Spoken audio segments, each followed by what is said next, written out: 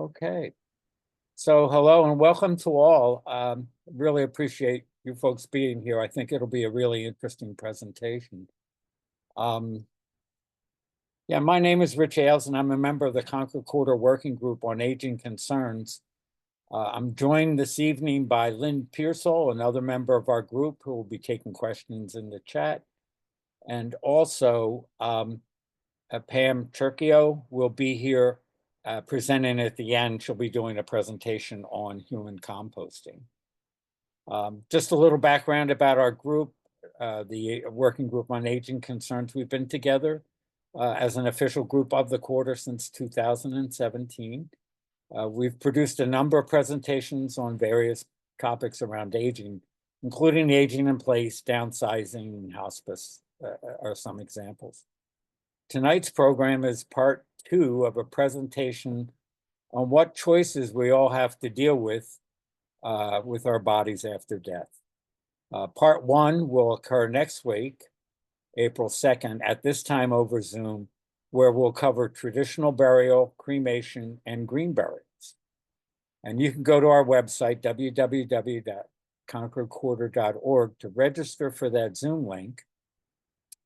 And if you have already registered, because we had to postpone part 1 from last week to next week, you should have received a link already. And also, we've posted a resource PDF for this program on the webpage, and you can go there and pick it up, or else we'll send it out via email later this week. So the presentation tonight, I'll introduce each person before they speak. Our first presenter is Clarissa Murray, and she's the manager of the Humanity Gifts Registry, a body donation center in Philadelphia, Pennsylvania. And for the last 25 plus years, she's helped dying people and their families make difficult decisions about donating their bodies to science. She's received her bachelor's degree from Westchester University and has a graduate certificate from Penn State University. And her week has been featured in such publications as the Business Insider, Philadelphia Inquirer, WHY, and Reuters. So with that introduction, we'll start our presentation with Clarissa Murray. Clarissa, take it away. Good evening. I would like to say I'm sorry, I'm not feeling very well today. My allergies started very early this year. So if I happen to pause for a sneeze, forgive me, please. But thank you for inviting me to speak to you about the Humanity Gifts Registry, which is the state agency that handles the whole body donation program for our medical and dental schools. Humanity Gifts Registry, or some refer to us as HGR, is an instrumentality of the Commonwealth of Pennsylvania under the guidance of the State Health Department. There are only a handful of states that have an entity like us, and we are the first one in the nation.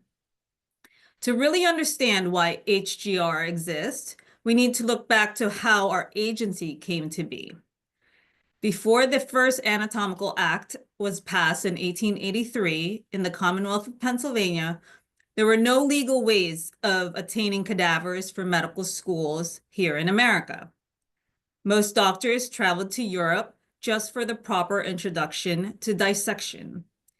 It was said that local anatomists and physicians then had to resort to questionable ways of attaining bodies for teaching purposes. This was why the Anatomical Act was created in the late 1800s, an act that was the foundation of the Anatomical Board. In the 1970s, the Anatomical Board was renamed the Humanity Gifts Registry. Another reason for our agency's existence was to make medical school financially attainable for everyone. Again, before the first Anatomical Act was passed, medical students had to travel out of the country to experience legal lessons of anatomy. Many did not have the resource of money and time to do this. Affordable medical and dental education for all is still one of our main objectives today. There are myths that only the old and destitute donate their bodies. Well, that is far from the truth.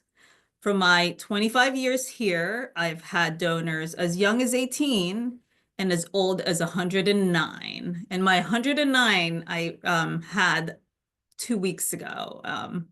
Yeah, perfect way of dying in her sleep, had her glass of beer before she went to bed. Very happy. They come from cities, suburbs, and rural areas. Our donors come from every economic level, occupation, religion, race, and levels of education. Why are they donating? Some do it because it makes the most financial sense.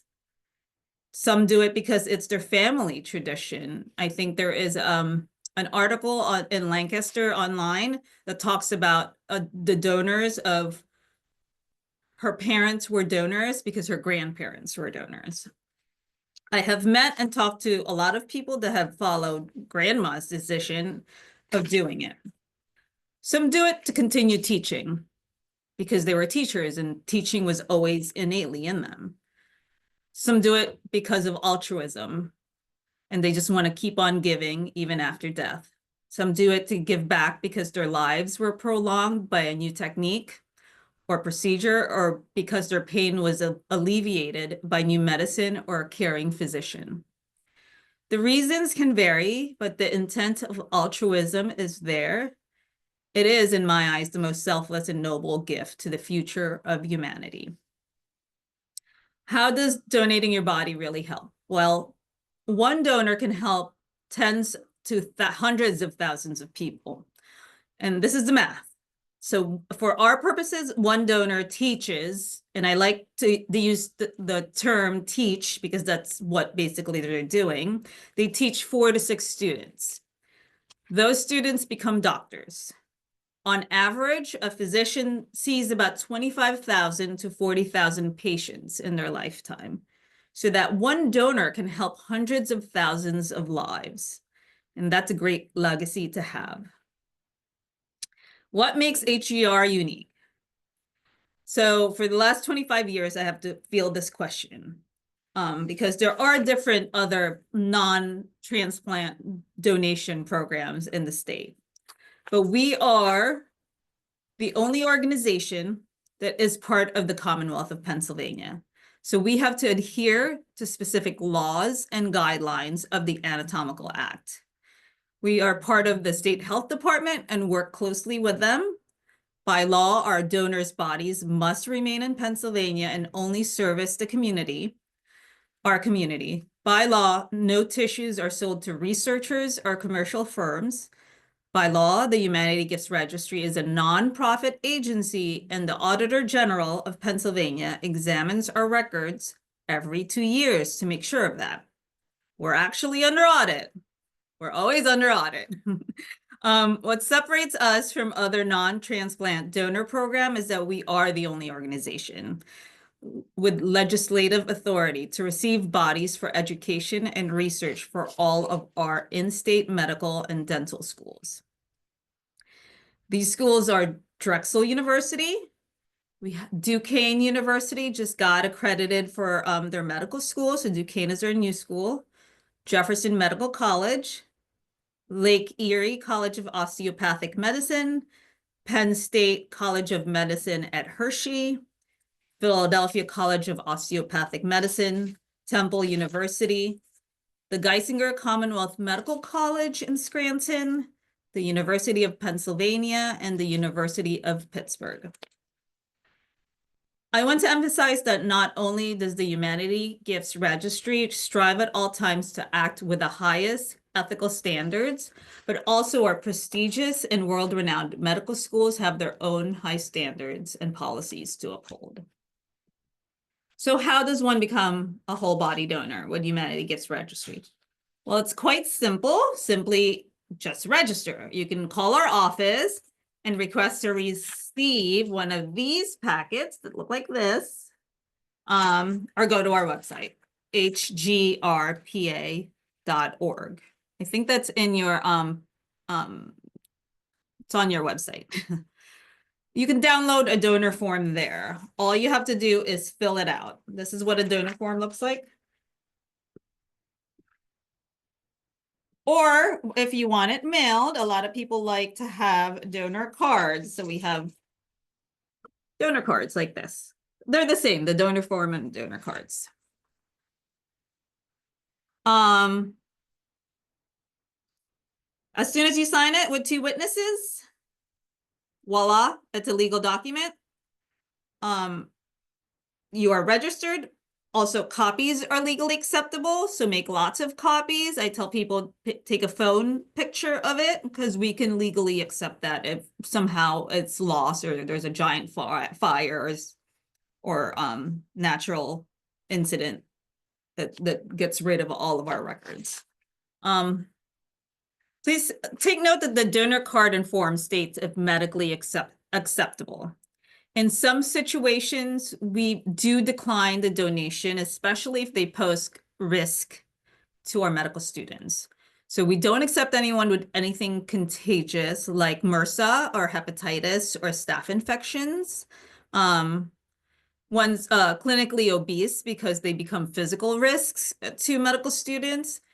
Donors who are autopsied, unfortunately, if organs are removed, we cannot accept them because organs are needed for the learning of anatomy, or anyone who had a violent death. Unfortunately, we cannot foresee the circumstances of one's death. I highly advise to have Plan B in place. With organ donation, I am an organ donor and a whole body donor just because I know my death will determine what I would be acceptable for. So at the time of death, when it is reported to us, that phone call, we will determine acceptability. Be aware that your next of kin would have to be in consent with your wishes. If they are not, we will not accept the donation. It's very important that you speak to your family or loved ones about your plans for both Plan A and Plan B. I think there was a question, and I don't know if you want me to answer that now, but we do accept donors from out of the state. We just can't have the bodies leave the states. So if some people in Delaware donate to us, some people in South Jersey donate to us because their donor programs are very limited and their needs are not that high. So in some cases, they donate to us. So a licensed funeral director is needed to transport a donor's remains from place of death to the medical school.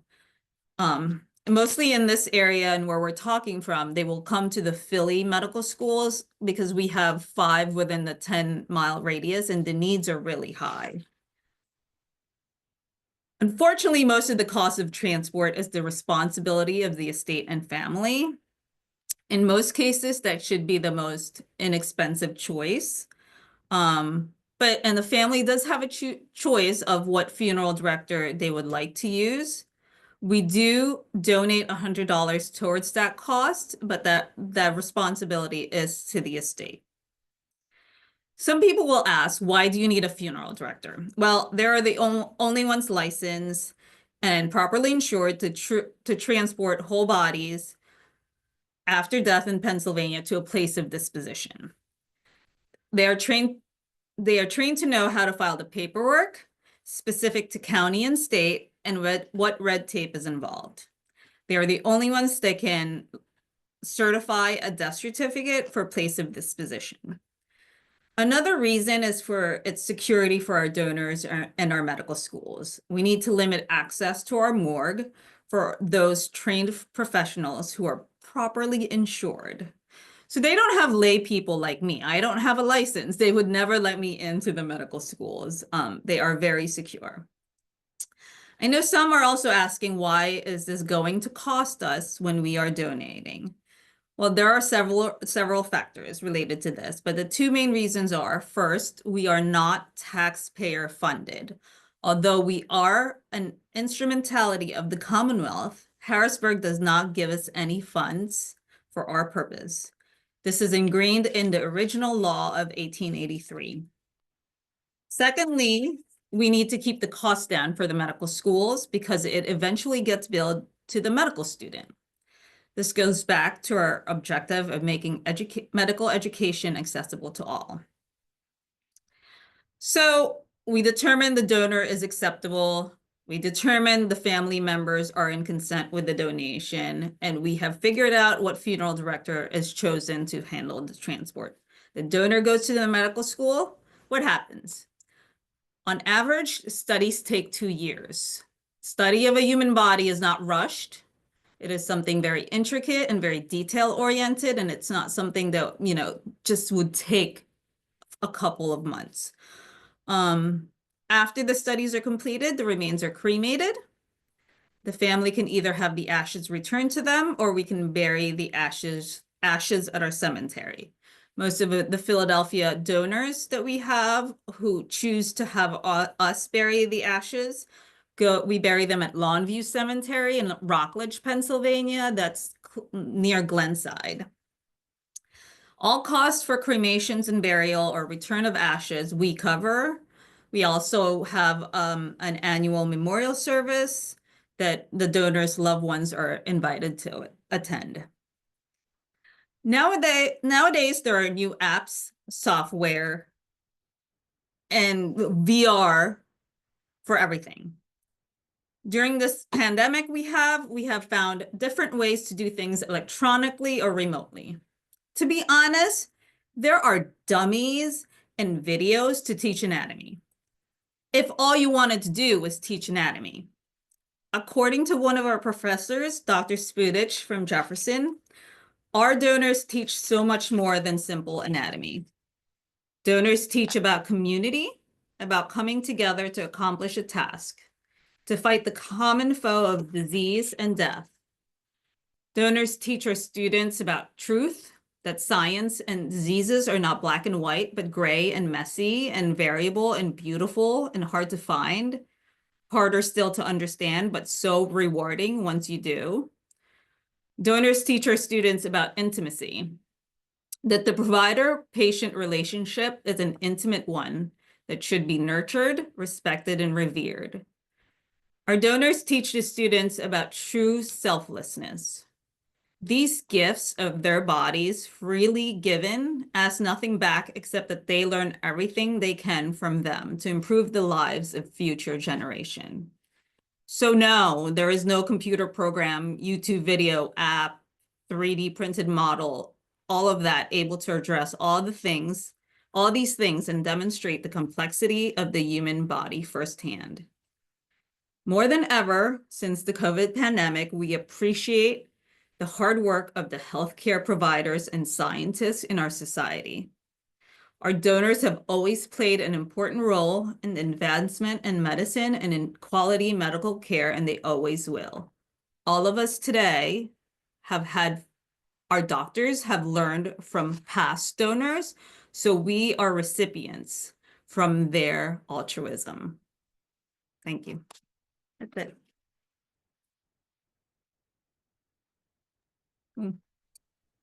Okay, thanks, Clarissa. I Appreciate it. think there are some questions.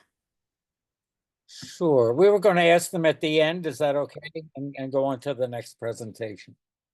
Okay. That's great. I'm getting my notes. Okay. So and again, I just want to remind folks, put your questions in the chat and Lynn will relay them back to our presenters at the end of the presentation for the evening. Also, the Humanity Gifts Registry and the Gift of Life Donor Program, their URLs are posted on our website. So next is Wendy Johnson, and she's been working over 23 years with the Gift of Life Donor Program. She serves as a supervisor and is public affairs and family support services specialist. She's responsible for staff skill development in areas of public speaking and presentation skills, marketing techniques, and data analysis. She's a member of the Public Relations Society of America and is certified as a volunteer administrator. She's also the daughter of a heart transplant recipient. And Wendy has a PowerPoint presentation that she'd like to start. Well, thank you so much, Rich. Okay. And let me get this started.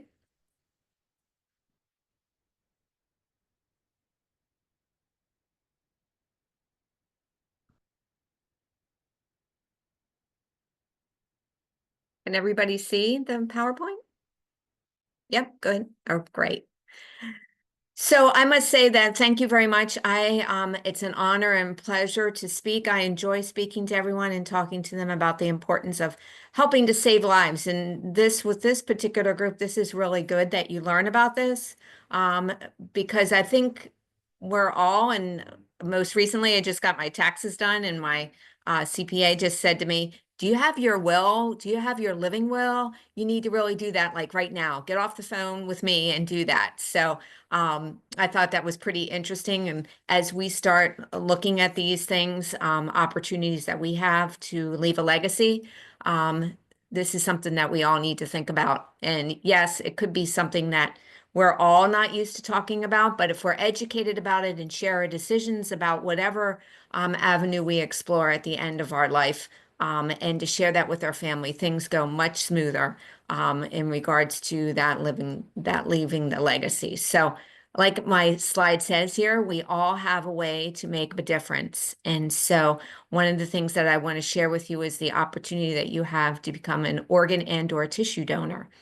And so this comes at a time where it is difficult in people's lives. So I'm going to share with you a little bit about what Gift of Life does, and then just share a little story and also some information about how you can register to be an organ donor. And many of you may already have been registered as an organ donor.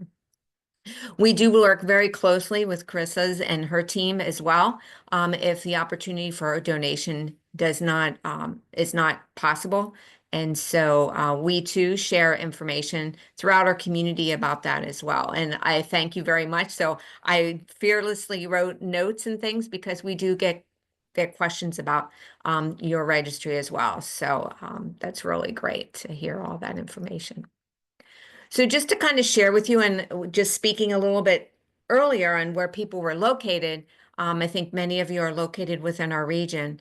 Gift of Life Donor Program services a region that is from State College, East, Southern New Jersey, and the state of Delaware.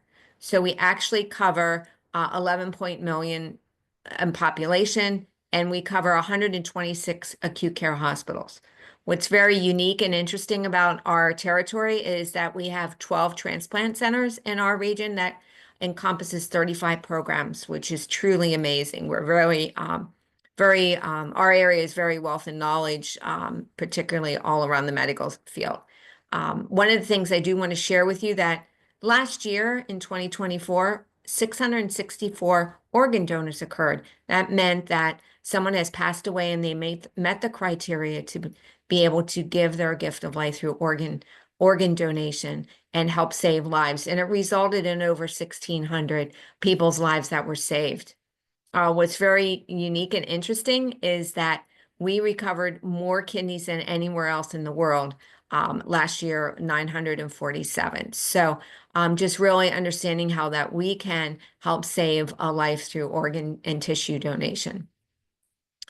So we celebrate 50 years this year of bringing that to our community, or our community bringing it to us, shall I say, because we are the most generous community in our nation that is see beyond their own life and leaving that legacy to somebody else. So we're very proud and honored to be stewards of those gifts, and that an opportunity that we have to continue another 50 years of saving lives.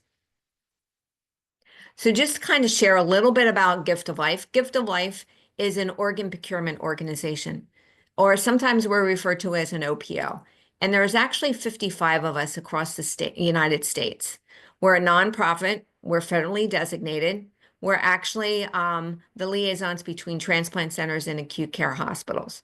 So we're the stewards of those gifts. We report to the federal government. We are reviewed every 5 years. and various reviews are done, whether it's tissue or bone or organ donation. So it's more than just 5 years. It could be 1 year for each one. It varies, but we're always federally regulated, and they do a lot of inspections and things to make sure that we are good stewards of those gifts. And really, we're the voice. We're the voice of those patients that are waiting. There are a lot of people, and I'll get into that a little bit later, but that are waiting for those life-saving gifts. So we take pride in the work that we do with our hospitals. So we're on call 24 hours a day, 7 days a week. Normally, people don't die between the hours of 9 to 5. So our busiest times are usually between 12 and 6. But that being said, we evaluate the potential patient. They have to meet their criteria of brain death, and they need to be in an ICU and hooked up to a ventilator in order to become an organ donor. For tissue donor, that's a little bit different.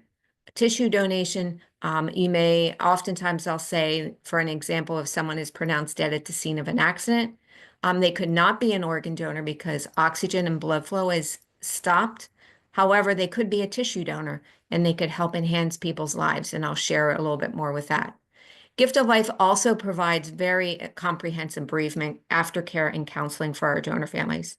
Just like anyone that has lost a loved one, they may too need to have some counseling, and we do have counselors on staff that can provide those counseling, no matter if it's 1 day, 4 days, 4 years, 12 years. All of those families are eligible to receive free counseling from us. And then we also really involved with policy writing and procedures across the state. Actually, I am housed in Harrisburg, and I work very closely with our local representatives to make sure that they're well informed about organ donation. I know that that is not their field of study, nor do I want that to be, but I do want them to be fully aware that if they have any questions about organ and tissue donation, to please reach out to us. And we provide public and education and professional education. We do a lot of educating with nurses and doctors that are right in the field. You can see these pictures here. It is required by law for all deaths or intimate deaths are reported to an OPO that wherever they're located in the United States. And then we sit down with the families. And as you can see, here's a picture of us, one of our docs in the OR, probably talking to another doctor in regards to pictures or things about the organ that may be a potential gift for one of their patients. So I mentioned about our family support services. We actually have 4 master level counselors that are on staff that do counseling with our donor families if they so need it. We also work very closely with our state agency, which is through the Department of Health. We have a committee, advisory committee called the Governor P. Casey Organ Donor Advisory Committee, and that's where a lot of our funding and things are done, and things are done through that organization as well. And where those monies come from are Pennsylvanians that do a voluntary donation when they go to the driver's license center.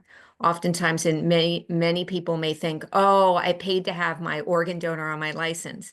It is a donation, and those donations are then put to use to help educate Pennsylvanians about organ and tissue donation. And we also provide counseling for those families as well.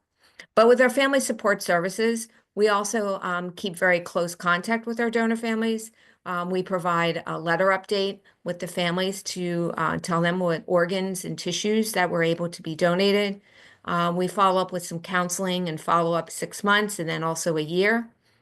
We also help correspondence. A donor family wants to know where those gifts have gone or how the recipients are doing of those gifts. So we help coordinate and the correspondence. Of course, because of HIPAA regulations, those letters have to be reviewed, and they have to be any intimidating names and locations have to be whited out until that opportunity that maybe a family wants to say, hey, I want to meet you sometime, and we help coordinate those meetings. We do donor remembrance ceremonies every year. And you can see the picture down below. We do a nice little candle lighting and really bring awareness and let our families know that their loved one is not forgotten, that they're living on in others. And we have various speakers that are recipients and donor families that share their journey through that period of time. So just to share a little bit, our injuries that have resulted, they're usually non-recoverable. They are non-recoverable brain injury or illness. And some of these I've listed here on the screen: head trauma, brain tumor, conditions that cause cerebral loss and drowning, and then prolonged heart attacks. Those are just a few that, that progress to brain death and that an opportunity to become an organ donor. All of those patients are ventilated dependent and they're non-recoverable neurological injuries. So at that point that someone is pronounced brain dead is when organ donation transplant coordinators are brought into the huddle to be introduced to the family about the next steps after they've been declared brain dead. And from that point, then we take over from the patient to make sure that we can get those organs to those transplant centers. So what organs can be donated? These are the organs that we can donate at the time of our death if we meet the criteria: kidneys, heart, lungs, liver, pancreas, intestines. One person can donate both of their kidneys and one can go to one patient, and another person can receive the other kidney, as well as lungs. Our liver can be actually donated, and we can split the liver and be able to donate the larger portion of the liver to an adult and the smaller portion to a small adult or a child. So those opportunities are available as well. 3 of these organs we can donate while we're living. We can donate one of our kidneys, we can donate the bottom lobe of our lung, or we can donate a portion of our liver. We can donate 75% of our liver to somebody else, and ours will go back in 6 to 8 weeks. So that's very unique in that we can either donate while, after we pass away, or if you're over the age of 18, you can consider being a living donor, and that would be through a transplant center that's locally to you. I also mentioned that there are tissue donation. So we can also be a tissue donor, and these are life-enhancing donations that we can donate. The corneas of our eyes to provide eyesight, skin to help burn victims. Bone are usually used in orthopedic surgeons, and also facial reconstruction. Heart valves can be used with children with heart defects, and saphenous veins are usually used for coronary bypass. Skin, as of lately, we've been recovering skin to help women that have gone through a mastectomy, and it's the first layer that is used when they're reconstructing breasts for families. So we do a wide variety, and actually the tissue donation, we can help enhance well over 75 people through tissue donation. So really, once someone has been placed on the transplant list and waiting for an organ, those organs have to be, actually the person that's waiting on the list is actually put on a list through the United Network for Organ Sharing. And they house the list of everyone that's waiting for a life-saving organ. So these organs, when they're recovered from a donor, we look at a person's blood type, we look at their location where they live. Organs can only stay out of the body for a certain length of time. Height and weight of the patient that's donating, and then also time on the wait list. So really understanding that the medical urgency is important, that we do the match to the person that's in need on the wait list.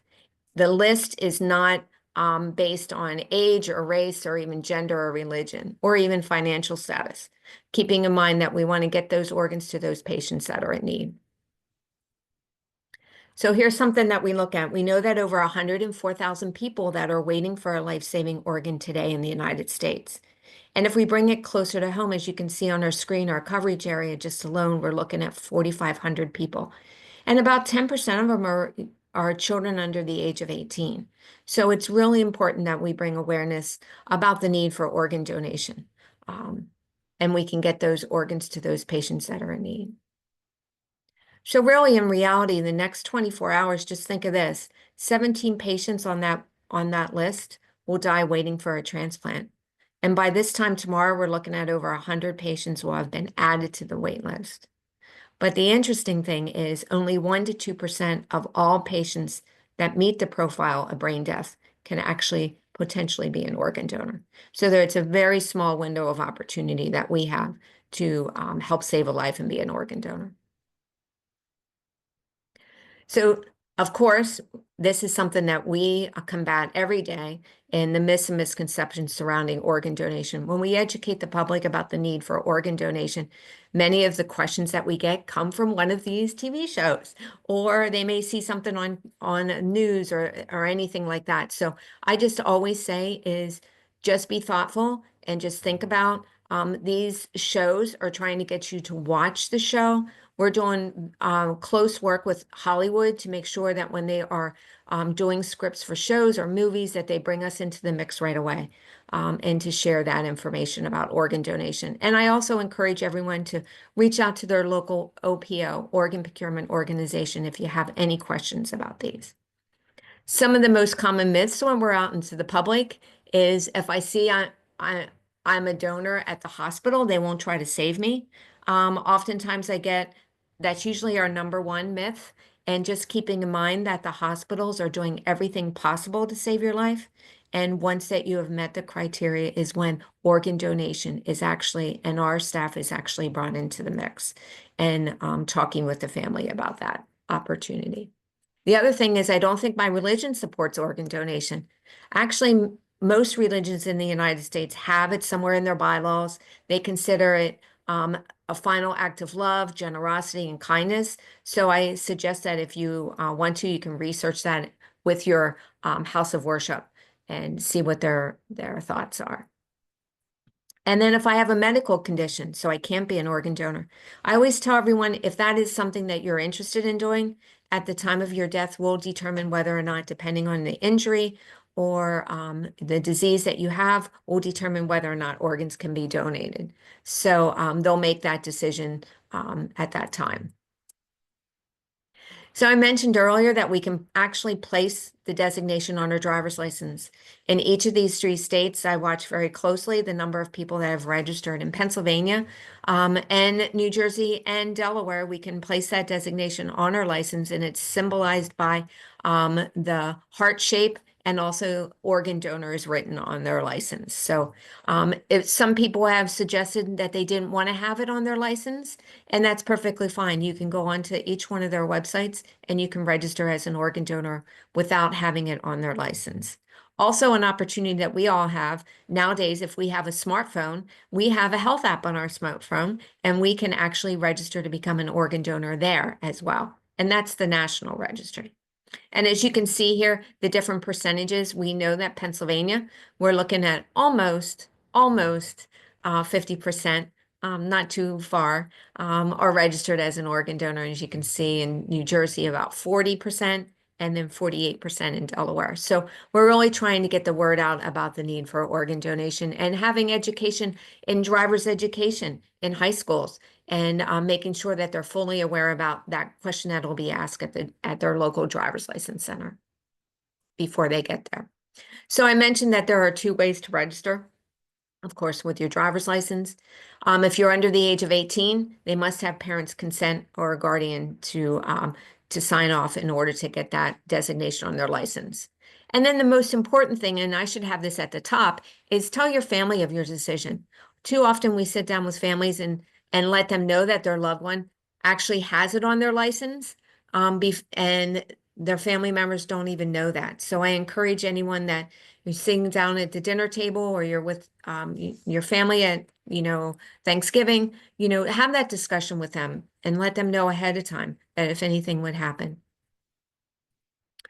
Ways that we get out there, we do everything possible to increase awareness and education. So we're in schools and we're in the healthcare, employee engagement, houses of worship, different times throughout the year. We also do a lot of government outreach. And then, of course, we're one of the top Facebook pages in the country that we bring local stories and bring awareness to the community about the need for organ donation. So as you can see, we do a plethora of things in our own community to raise that awareness. We provide information, and then our social media, we have lots of hits. And really, what's really nice about our social media, depending on the engagement and the reach that we have, we can meet thousands of people with our message of hope. And as you can see here, a lot have been touched by organ donation. We do a lot of other things to bring awareness, not only with organ and tissue donation. We collaboratively work with the National Kidney Foundation, the Links Incorporated as an example here to bring healthy living lifestyle. So we're actually doing something tomorrow for Kidney Awareness Month and bringing more information to the public about organ donation through kidney transplantation and kidney allocation. So we have an education seminar tomorrow. We do work with colleges and universities, so it's really excited when Carissa mentioned about the different schools and the medical schools that we actually help bring awareness to those organizations. So we do a little college challenge with them every year.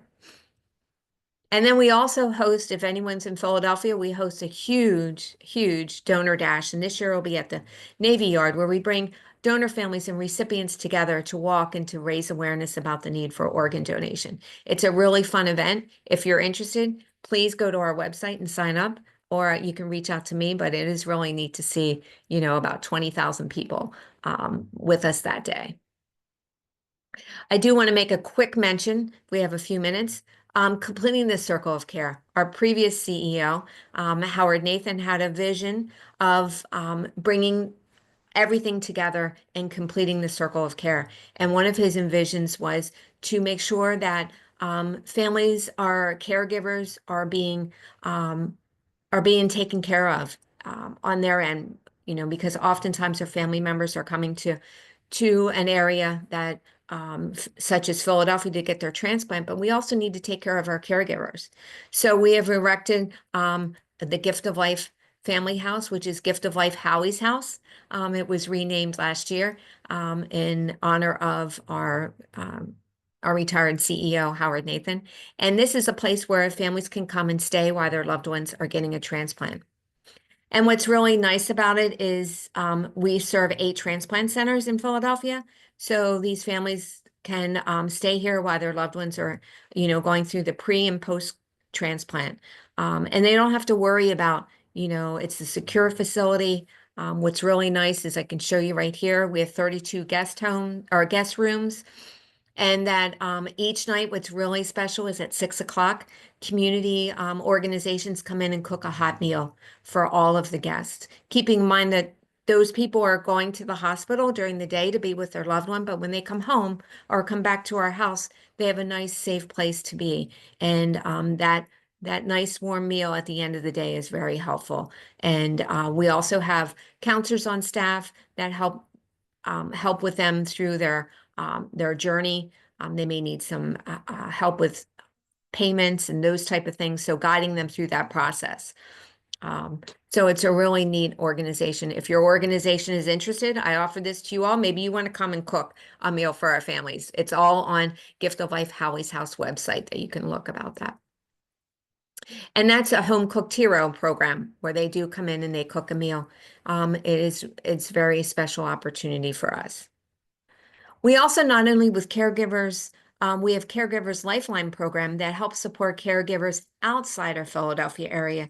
So we do have support groups in Central PA, and we also host a variety of online education and transplant webinars for those families and transplant recipients.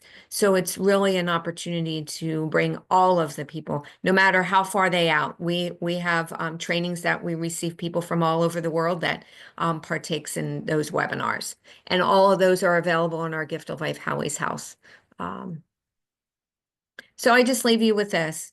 You can make a difference. 1 patient is added to the national wait list every 8 minutes. 13 Americans die every day waiting for a life-saving organ. But 1 organ donor can help save the lives of 8 people, and 1 organ and tissue donor can help save or enhance the lives of well over 75 people. So it truly is a legacy and a gift that we can give. And it's something to really think about. So what I want to share with you, I want to ask you, if you needed a life-saving organ transplant and an organ was available, would you accept it? So if so, just think about this. You are more likely, 10 times more likely, to need an organ transplant than to become an organ donor. So it's something to really think about.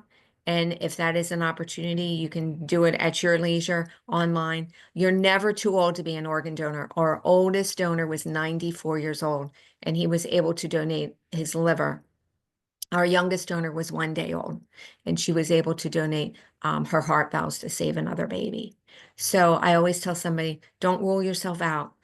You too can help save a life. Our campaign, if you're interested, you can take a picture of this screen and register yourself right now if you wanted to. We do have a QR code where, because of celebrating our 50 years, we're encouraging 50 signups, 50 new organ donors registered. So if you think that you're up to it and you're not sure, check to see if you're registered organ donor right here. And then I'm just going to leave you with this. An organ donor I wish to be if they attempt but can't save me. You see, my husband, who I love so dear, only had but 1 short year. When some kind soul with an unselfish heart gave my husband a brand new start. Someone so kind who I'll never know. How can I thank him? So much I owe. Thank you for him and our dear Lord above, for family and friends, prayers and love. So if they can save one precious life, and help someone else in their strife than if they attempt but can't save me, an organ donor I wish to be. This was written 2 weeks after my father received a life-saving heart transplant. My mother wrote this poem in honor and in memory of our donor. And my father is pictured right there on the top of the screen. He attended the U.S. Transplant Olympics and participated in golf. And yeah, and he survived 20 more years with a heart transplant. So I just say to you all, just think about it, and hopefully one day you too can be a life-saving organ transplant and leave a legacy.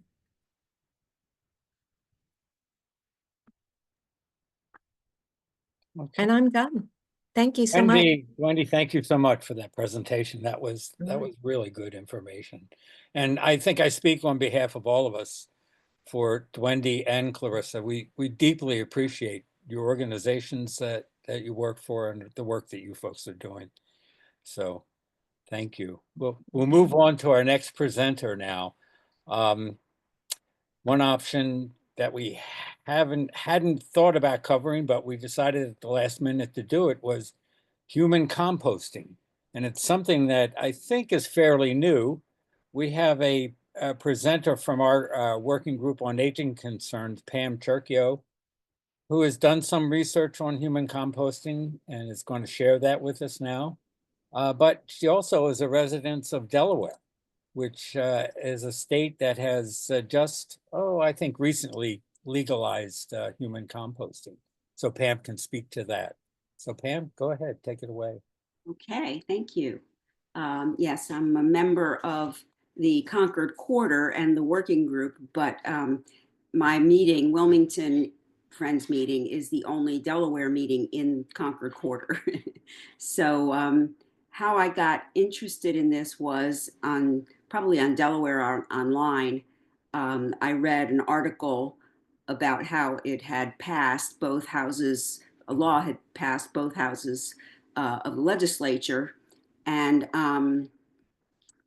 the bill was being sent to the governor for his signature. And he, in fact, did sign it back in, I think it was a year ago in May. So it was the legalities of this being legal to do in Delaware happened as a result of my reading, and I had never even heard of it. So obviously I'm not an expert on it and I don't represent any company or anything, but I'm just going to share with you stuff that I've found out so far. So actually, human composting is kind of like the catch-all word that people use. Its sort of more official designation is natural organic reduction.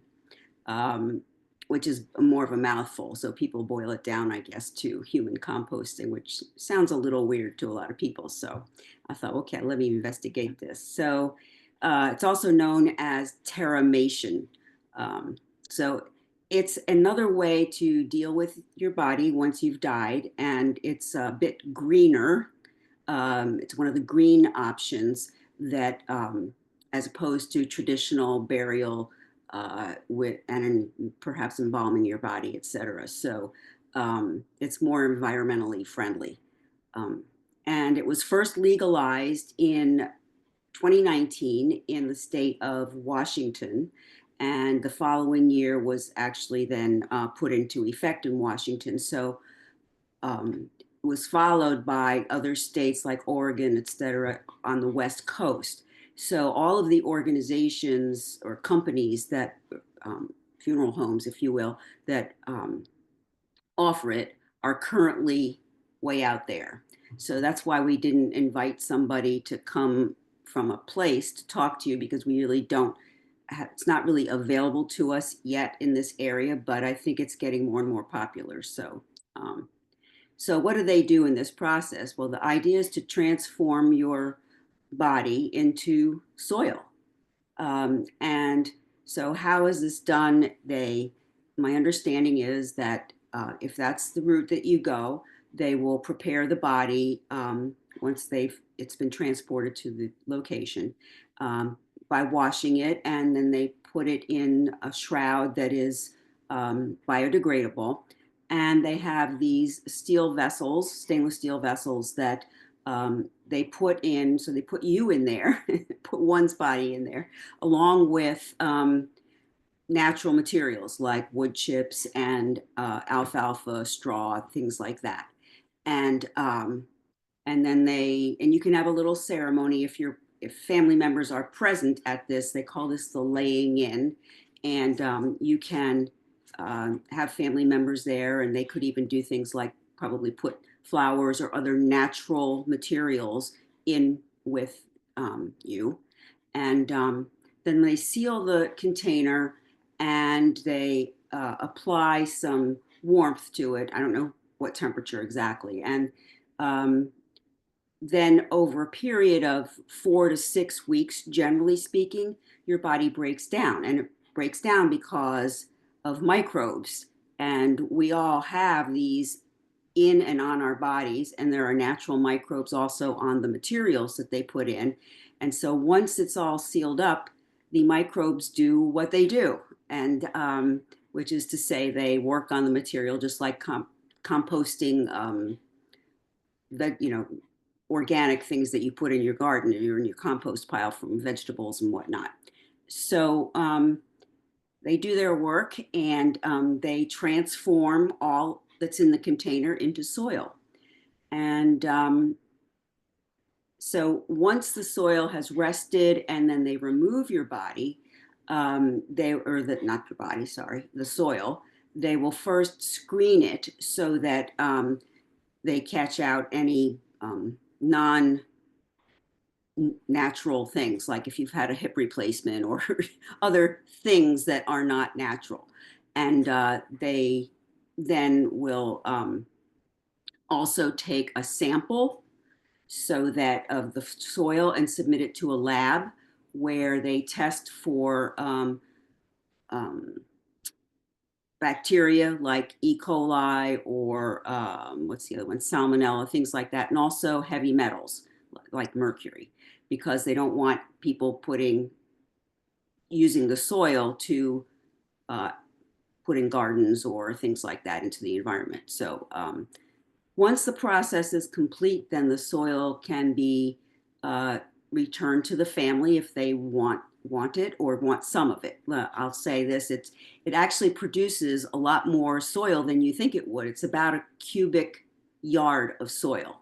So most people are not going to take all of that with them. So it's used for conservation efforts, and various ones of the companies that do, or the funeral places that do this, some of them actually have their own natural area which they're trying to replenish with trees and other things, and you can give them a certain amount of the soil and keep whatever you wish for yourselves, you know, for the family.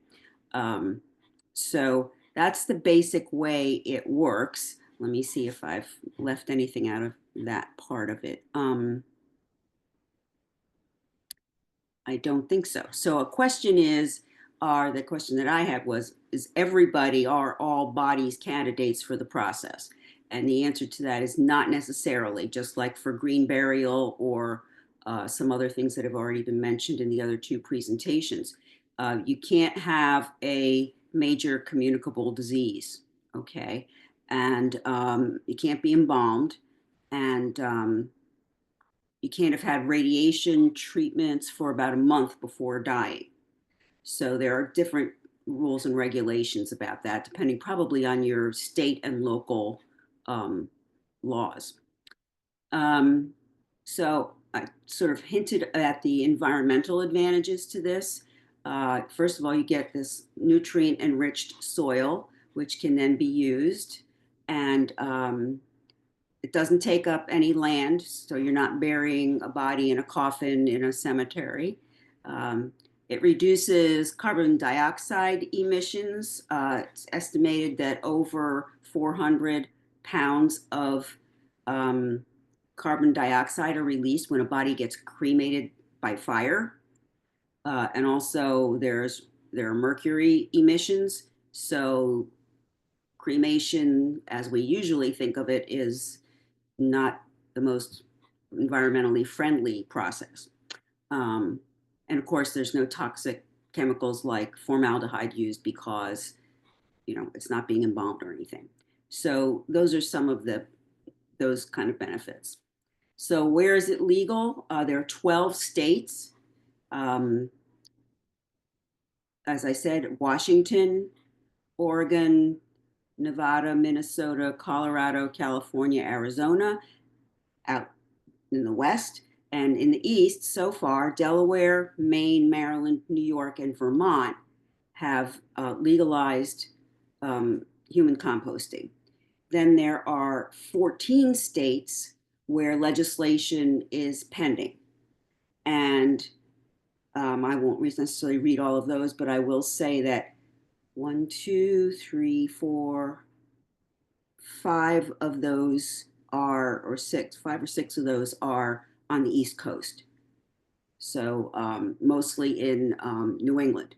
So we're getting to a point where there's kind of like, in my thinking, that there's a critical mass, so to speak, of states on the East Coast where this is legal or will be legal. And I'm thinking that it won't be too long before facilities for this choice, if one would like to make that choice, would be popping up in the East. Already one of the companies in Washington State has made a second location in Nevada. So I think they anticipate coming east. Also, well, I'll get to this in a second. So what about Pennsylvania, you might ask, since some of you are from Pennsylvania. New Jersey's got something going so far. Pennsylvania right now has no legislation pending. 2 times, 2 House of Representatives in Pennsylvania presented bills to amend the law that describes what cremation is and to add things to it. The first time was in 2022, and that actually didn't go anywhere. It went to committee and has never emerged from committee. So then more recently, I found out just yesterday that there's a newer bill, also sponsored by the same 2 representatives, that wants to amend a definition again, but this time it's about water-based cremation, which was actually mentioned in the other thing too, but I don't know what happened with that. But anyway, so that was in 2024, and it did pass in May of last year, and then it was sent to the Senate, where it was referred to the Consumer Protection and Professional Licensure Committee. It's a big mouthful. So that was last year, almost a year ago, and but there's no indication that it's gone any further than that. So that's where things stand in Pennsylvania. I'll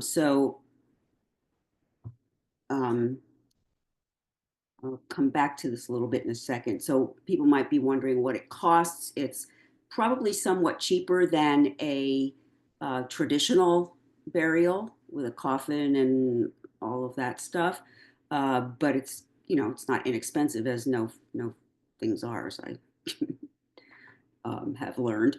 But what I've read is $5,000 to $7,000. Probably depends on the place and what kinds of services you want. Now, for those of us who live on the East Coast, if suddenly that we're of the age that we think we'd like to maybe have this be our way of going, you could, depending on where you live and what the laws are, you could potentially send your body all the way out west right now to have this done. But then you're adding a lot of red tape and also expense to the process. So probably most people are not going to do that. So I'll just mention 3 of the places that do this in California, or not, excuse me, in Washington state. One is called Earth Funeral. And those of you who signed up for this should have gotten a link with, or a message with some resources in it. And I included in that a link to an interview done with the president of Earth Funeral, who came east to help the state legislators draft legislation about this. And he was interviewed by a Delaware Delaware public media show called The Green. And so he gives a nice little talk answering questions about the whole process. So if you want to access that, you can. And I think you already have gotten that link, but certainly it can be sent to you again. So there's Earth Funeral, and there's a place called Recompose.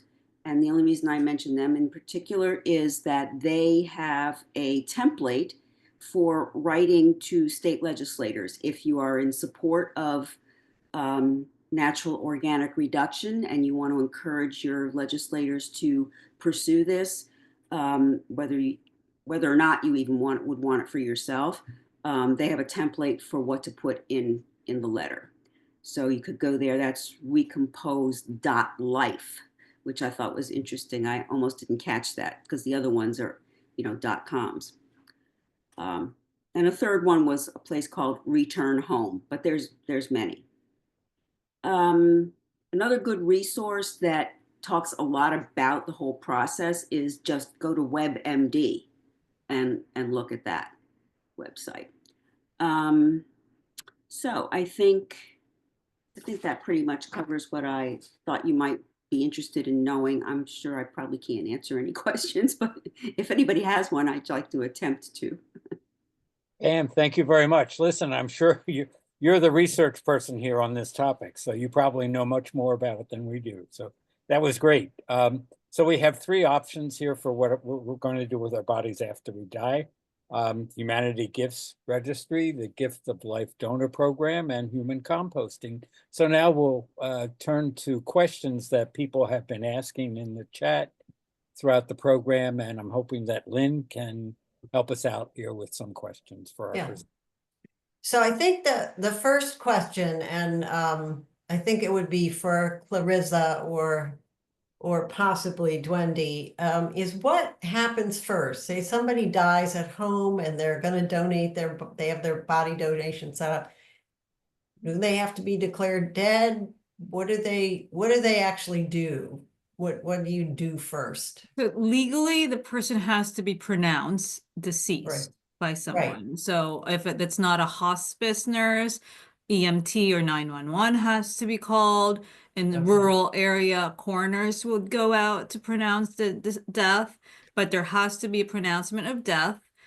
And then we have to certify it's not a coroner's case or a medical examiner if the death was not expected, or if the person hasn't gone to the doctor for over a year, it might become a coroner's case.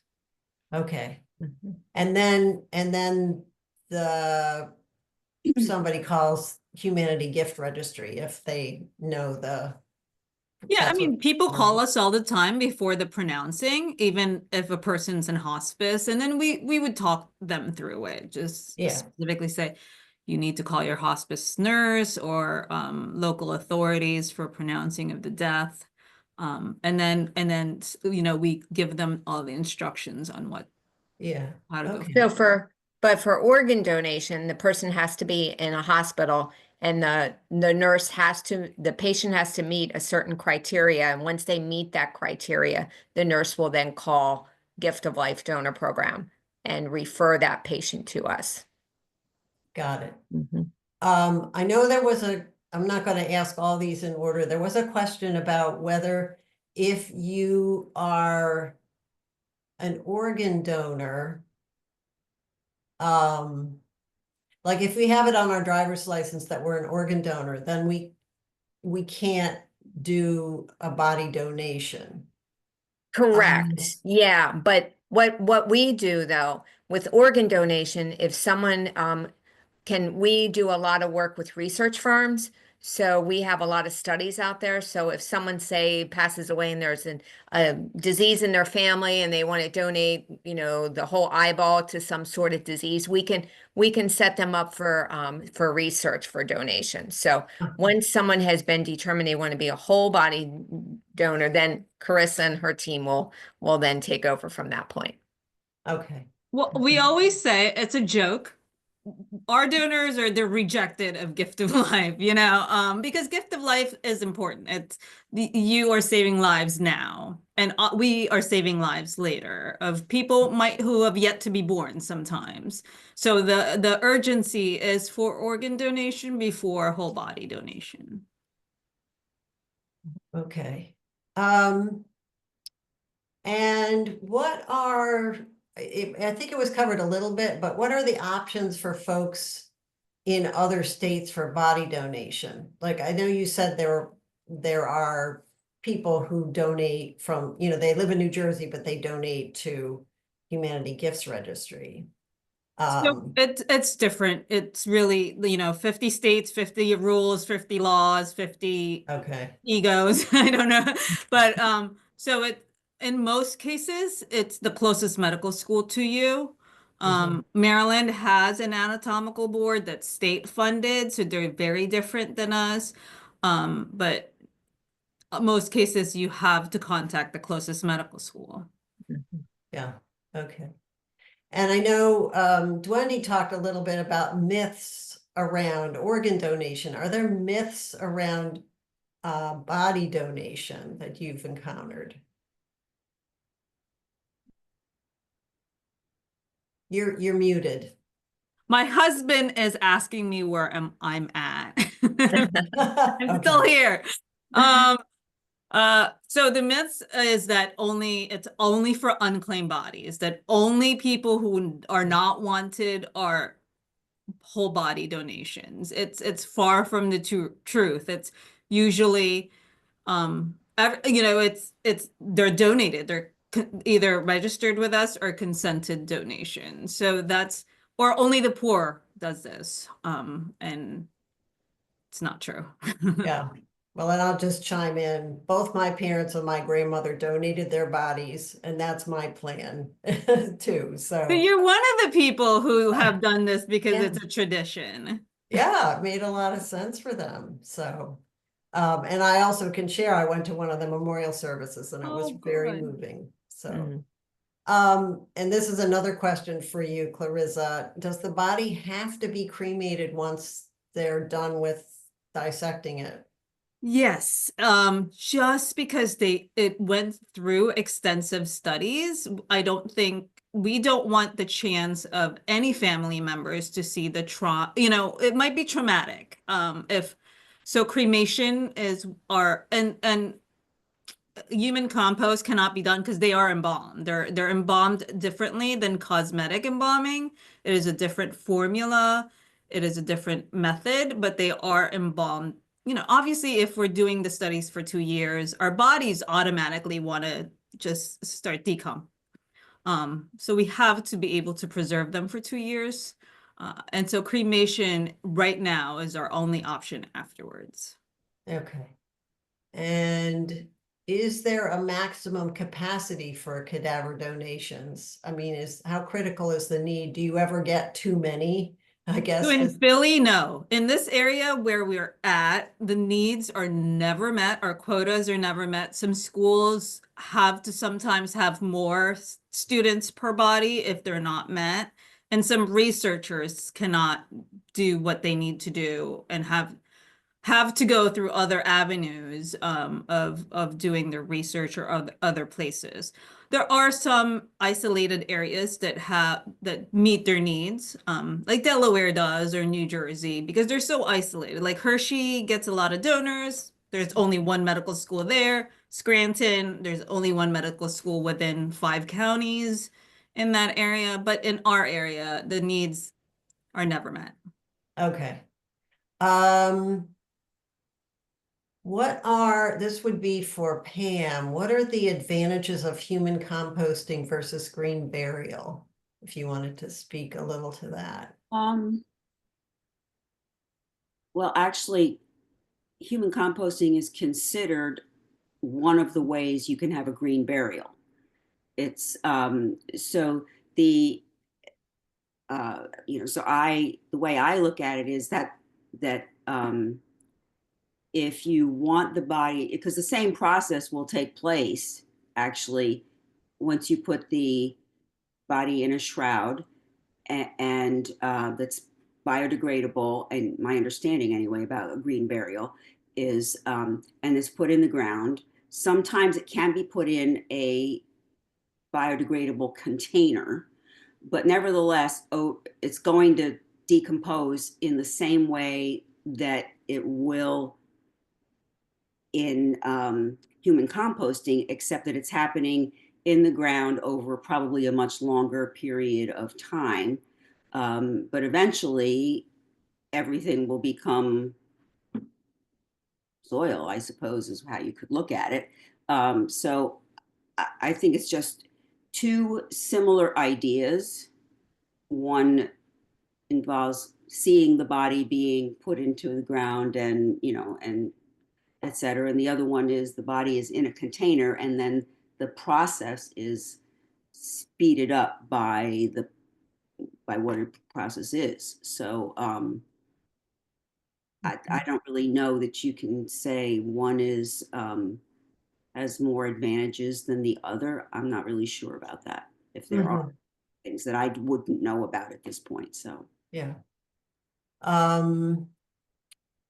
If someone has worked, I think this one is going to be for Clarissa again. If someone has worked for a long time at a particular hospital with a medical school, can they request their body be donated directly to that med school? Yes, we most of our donors specifically will to a school, especially if they feel like, like Penn, if somebody's a cancer patient and Penn has elongated someone's lives in their family or cured a cancer, a lot of people donate to them, or alumni always tend to donate directly to the medical school where they graduated. Yeah. And have people donated like children or infants? So bodies? unfortunately, they used to, but the need was not really high here. We Okay. used to take fetal and infant donation, and it provided more of a service. When our medical schools had their own crematories, it kind of made more sense to provide it for underfunded people, and they would donate the bodies, the babies, and most likely only, I think, maybe 5. What they needed were not what we got. We used to get hundreds of them, and we would just cremate them and bury them, just because sometimes babies are having babies and they can't afford burial arrangements, or there are so many reasons why babies and infants were donated. And now, I mean, I still see it. There are a lot of unclaimed baby and fetal bodies from like CHOP and different hospitals, and the coroners and medical examiners just have to handle those disposition arrangements. Okay, thank you. And there's a comment in the chat where somebody spoke about how Lancaster Quaker Meeting in Lancaster does green burial, and that person said they do everything without a funeral director, that the state doesn't have a regulation against this other than the body has to be a certain amount deep. So, A funeral director is always needed to certify a death certificate and get authorization from a coroner. So perhaps they're doing it, but they are aligned because you can't, like, there's no access to eVitals. And that's the online record of death certificates unless you are properly licensed. mhm. Lynn, I just want to jump in here. The person who asked about green burials, again, we'll be doing green burials next week. Matthew Genero, who is a director at the Longwood Funeral Home, has dealt with green burials for a while, so he knows a lot about them. Yeah, so. And Rich is also, somebody asked about, can you get the recording of this? And Rich, we're gonna make the video record available to everyone who registered. So, and somebody pointed out that an advantage of human composting is that it's land use. It doesn't take up any land. I mentioned that. So let me just make sure I didn't, or, you know, is there anyone who has a question? You could like, you raise your electronic hand, there's another. Yeah. We can take questions, you know, just from the group. I think I asked all the other ones that were put in the chat.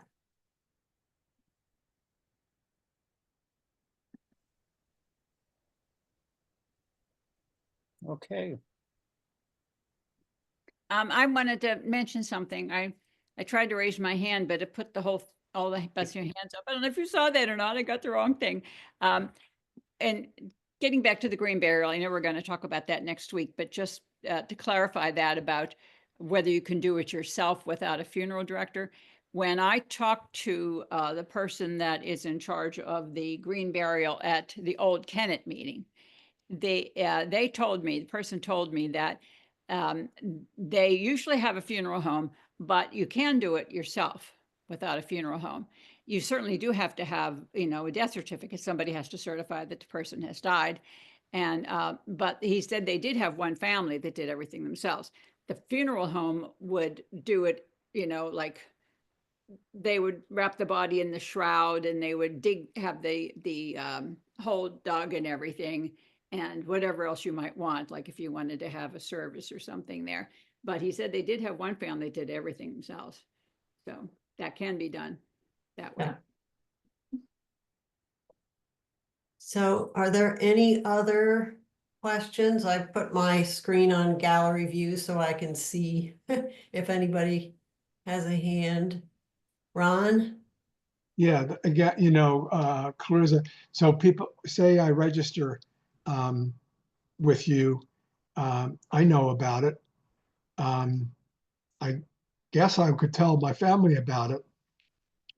But this could be a period either of great joy or great distress for them. And, you know, so there's emotion involved. And is this ever an issue that people don't remember to notify you? You don't know that the person has died, and the people of the family doesn't know to contact you. I mean, is there some sort of a disconnect possibility there? Oh, all the time, but it's the living's decision. They're the ones who could basically sue us, right? If it takes the family and you to talk to your family about your choices, that is the most important. And I think it's a good inheritance to have, not to have to question your parents or your loved ones, what they want to do after death.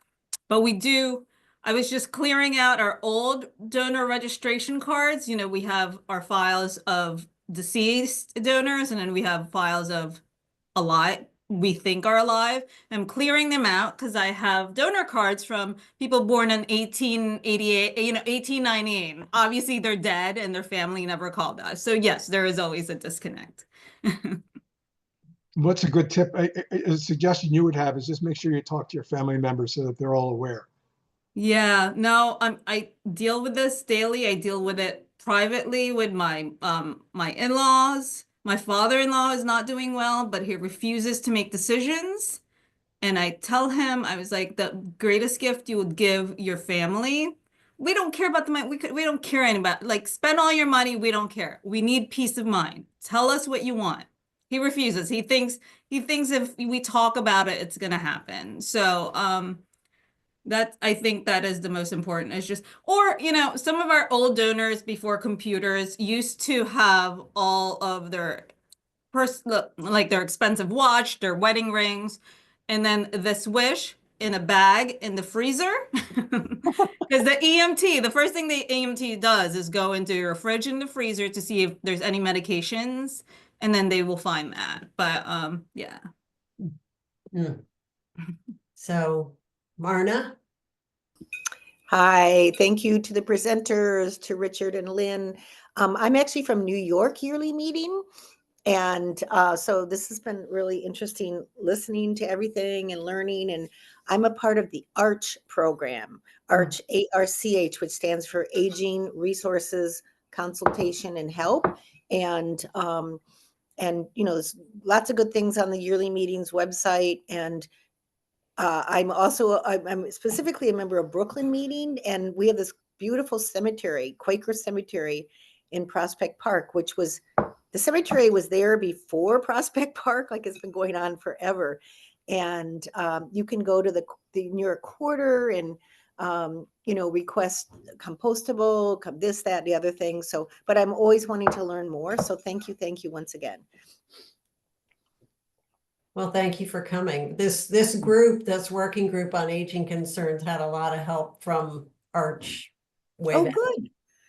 And we did Awesome. a training, and the director at that time came and did the training. So, Was that Callie? yes. Okay, yeah. And we have a new director, Kevin Lovelady, who's also wonderful. But yeah, good. Good. Yeah. Okay, I think that's it, Lynn. If, so thank you all for coming. I really appreciate your being here. That was a wonderful presentation. I would ask the three presenters just to stay on while everybody else leaves so we could just chat a bit. Would like to say thank you, Yeah. but And thanks I to other did folks. put in the chat, if you did not register for part 1 originally, you can still do that. And I put the link in the chat. Or you can go to Concord Quarter's website. If you did register, the link will be the same. Great. next Thank you week. all. All right. Bye-bye now. Thank you all.